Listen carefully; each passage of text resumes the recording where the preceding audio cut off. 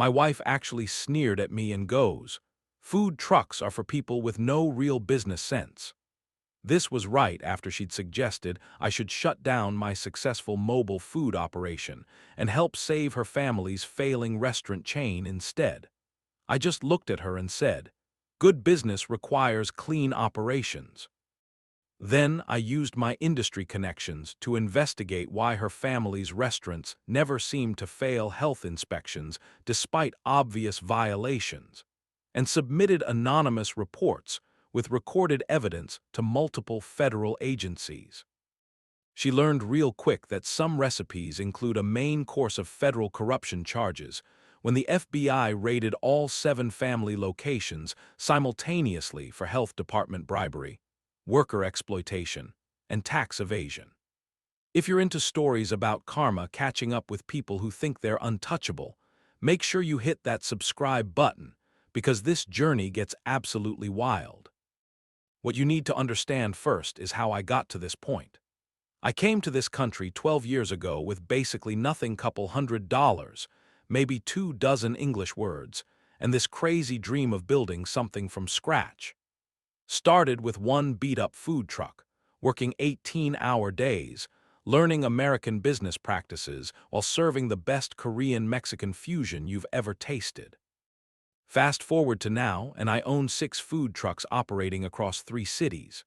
We're pulling in close to $2 million a year, have contracts with major festivals, corporate events, even some celebrity parties. Built it all legitimately, proper permits, health inspections, taxes, workers' compensation, the whole thing. About 2 years ago, I met Maria at a restaurant industry expo. She was beautiful, charming, said she loved my entrepreneurial spirit. Her family owned this chain of upscale Mexican restaurants that had been around for 20 years. Established business, good reputation, seemed like the perfect match. The red flags started during our engagement, but I was too caught up in the romance to pay attention. Maria would make these little comments about food trucks being transitional businesses and how successful restaurateurs eventually move into real establishments. "Food trucks are fine for getting started," she'd say, "but you can't build generational wealth from a mobile kitchen." I'd try to explain that my trucks were incredibly profitable, that mobile food was actually the future of the industry, but she'd just smile like I was being naive. After we got married, the pressure really ramped up. Maria started pushing this idea that I should sell my trucks and help her family expand their restaurant business instead. "Combine our operations," she'd say. "Your food, our established locations. We could dominate the market." The thing is, I'd eaten at her family's restaurants, and honestly, the food wasn't great. Good locations, nice decor, but the quality was mediocre at best. Plus, whenever I suggested menu improvements or operational changes, Maria's father would get defensive. "We've been doing this for 20 years, he'd tell me. "We know what works." Right, what works? Except their profit margins were terrible, and they were constantly struggling with cash flow issues. But here's what really started bothering me. I'd been in the food service industry for over a decade, knew health inspectors, suppliers, other restaurant owners throughout the city, and people would make these weird comments about Maria's family business. "Oh, Rodriguez restaurants," one inspector mentioned casually. "Yeah, they never seem to have issues with violations." That struck me as odd because I'd been to their kitchens, and the cleanliness standards were questionable at best. Food trucks get inspected constantly. We live or die by health department approval. But somehow these brick-and-mortar restaurants with obvious sanitation problems never failed inspections. One evening, Maria's father was complaining about some new health department regulations, and he goes, "Good thing we have understanding inspectors who know the difference between real problems and bureaucratic nonsense." Understanding inspectors. That's an interesting way to put it. Then last month, Maria hit me with the ultimatum that changed everything. She goes, "Food trucks are for people with no real business sense. It's time to grow up and join a real restaurant operation." I'm standing there thinking, this woman just called my successful business venture childish while her family's restaurants are hemorrhaging money. My trucks are profitable, I said. Your family's restaurants are struggling. That's temporary. The restaurant business has cycles. Maria, I've looked at your books. You're losing money every month. Because we're not combining our resources efficiently.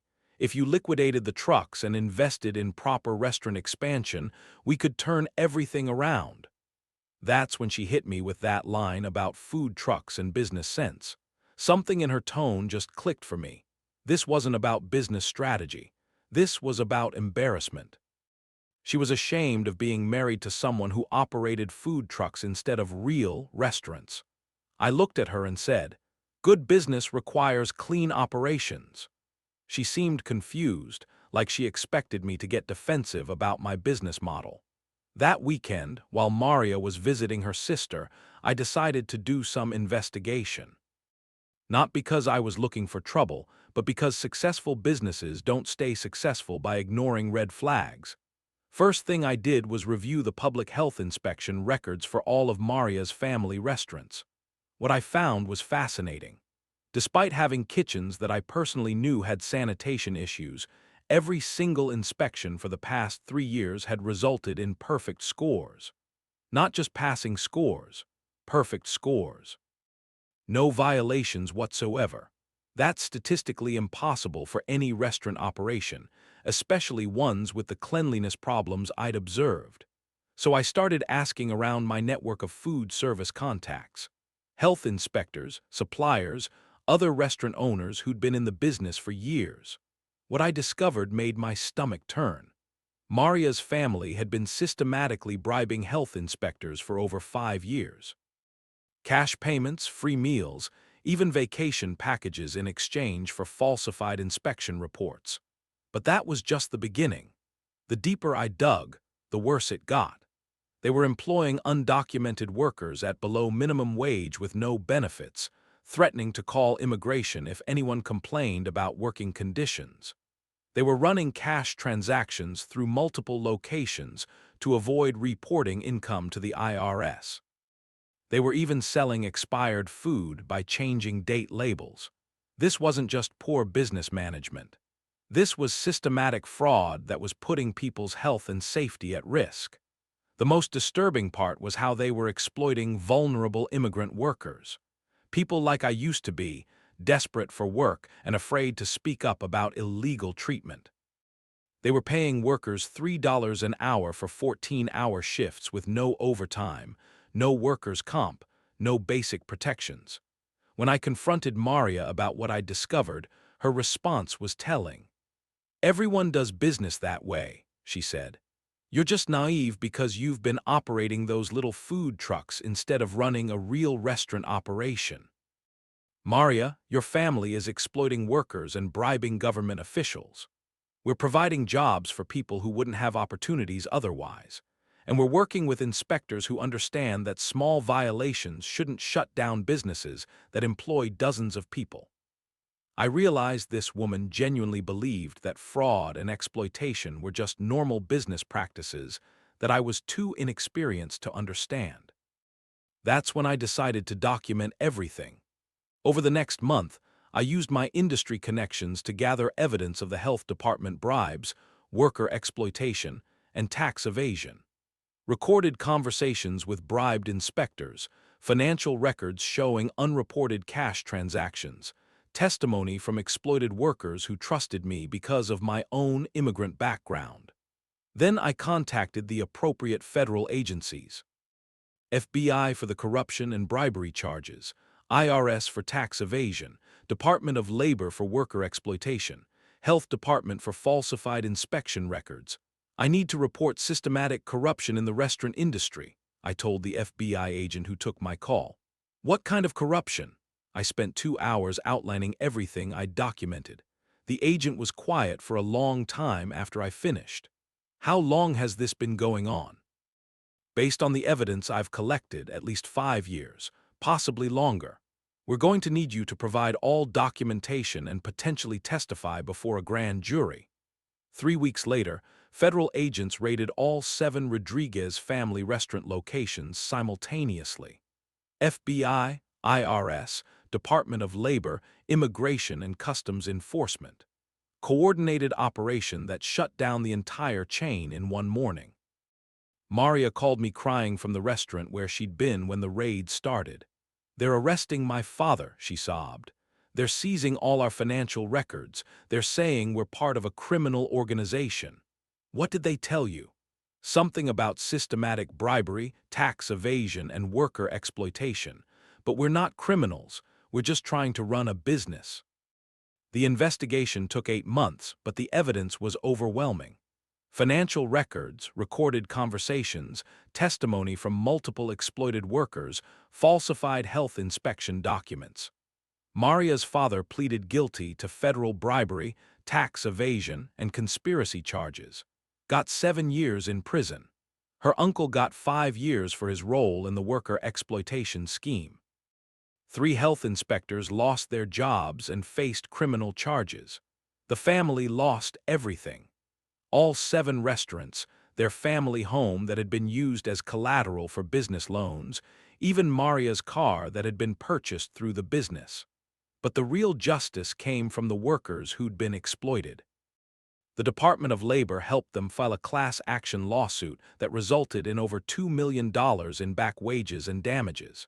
People who'd been earning $3 an hour for years finally got compensation for the abuse they'd suffered. Maria tried to blame me for destroying her family's business. "You ruined us," she said during our divorce proceedings. "We trusted you, and you destroyed 20 years of hard work." "I didn't destroy anything," I told her. "I reported criminal activity that was harming vulnerable people and endangering public health. You could have talked to us first, helped us fix the problems instead of calling the FBI. Maria, your family was bribing government officials and exploiting workers. That's not a business problem, that's criminal activity." Even facing criminal charges and financial ruin, she still couldn't understand that what her family had been doing was fundamentally wrong. The divorce was finalized 6 months ago. Maria moved back to Mexico to live with relatives after her family's assets were seized. Last I heard, she was working at a call center and still telling people that her immigrant ex-husband destroyed her family's legitimate business out of jealousy. Me. My food truck business is thriving. The media attention from the corruption case actually brought in new customers who appreciated that I'd stood up for exploited workers and honest business practices.